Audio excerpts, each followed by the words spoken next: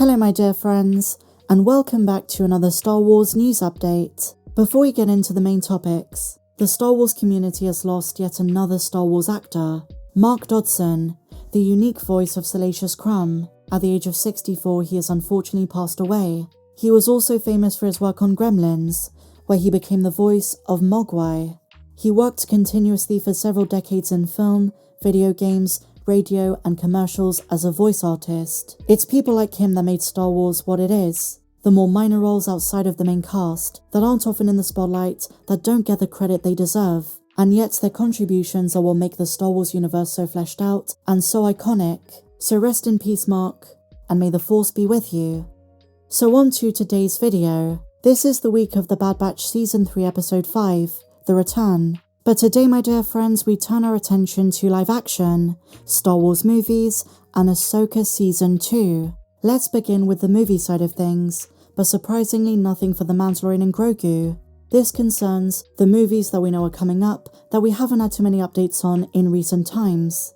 At some stage we know there's going to be a Dave Filoni movie, one by James Mangold, maybe one by Taika Waititi, and the Lando movie. Well, we didn't know when the latter was going to start filming and we pretty much didn't know anything about it. Some new information has emerged from Production Weekly, and if it's right, this means the Solo A Star Wars Story spin-off by the Glover brothers might be one that comes out as soon as 2027. Before the one by Filoni, he said he wants Ahsoka Season 2 to come out first, and before the Dawn of the Jedi one by James Mangold.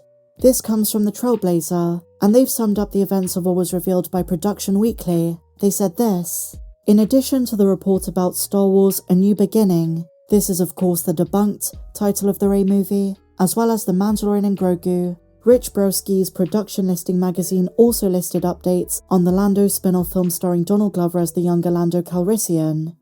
Filming is listed to begin in Q1 of 2025 in the UK, most probably at Pinewood Studios, and there is an attached logline from Disney+.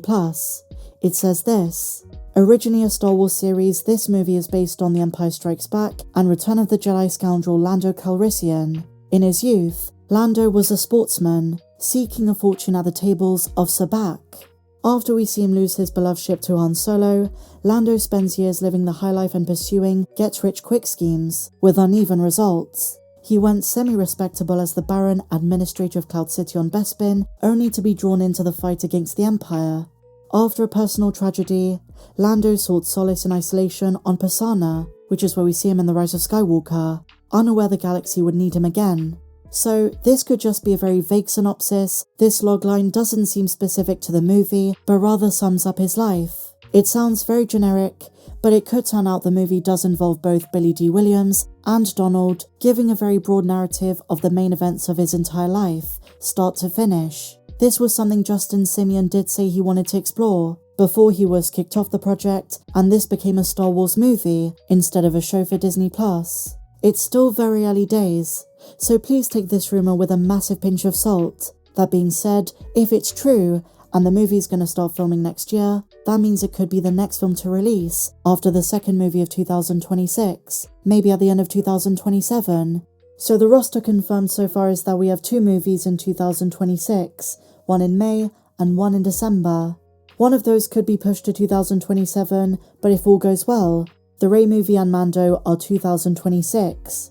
The 2027 movie is most likely to be Lando, if this rumour is true. Lucasfilm did say, going forward they want quality movies, with a regular schedule.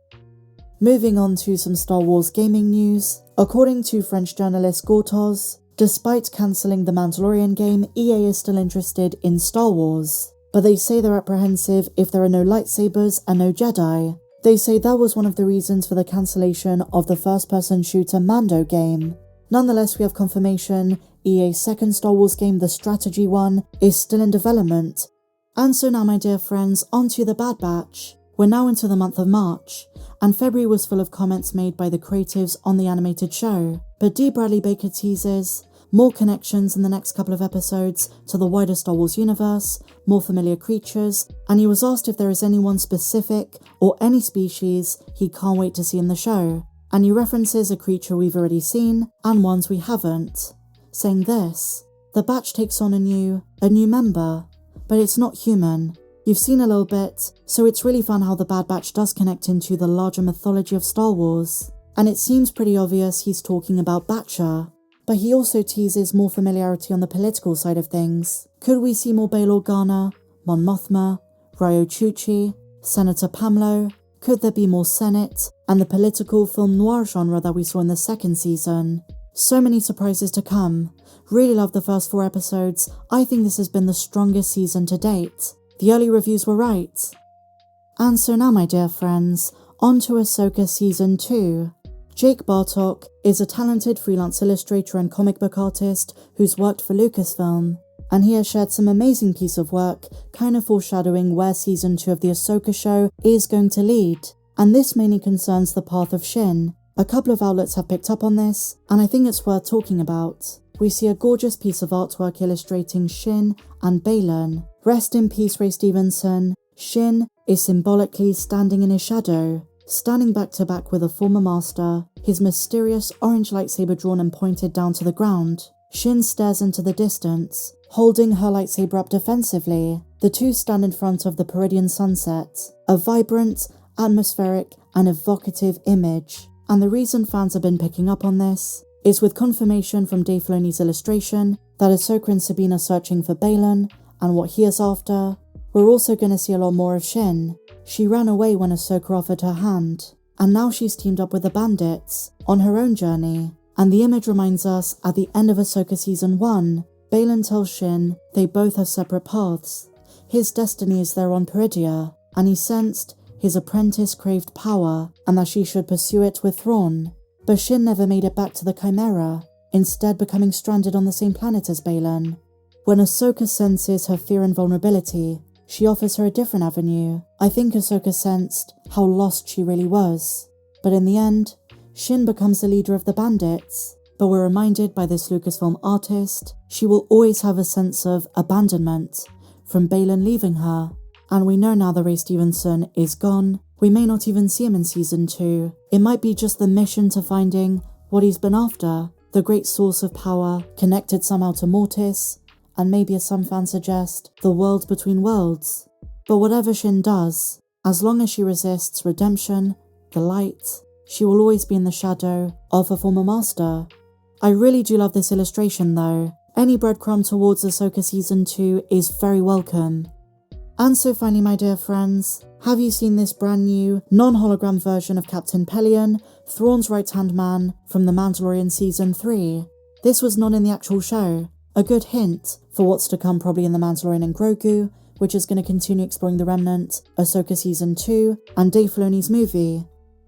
But with that said, my dear friends, share your thoughts on everything we spoke about in the comments down below, and if you enjoyed this one, please be sure to give me a big fat thumbs up, subscribe if you're new, and I'll see you in the next video. May the Force be with you, always.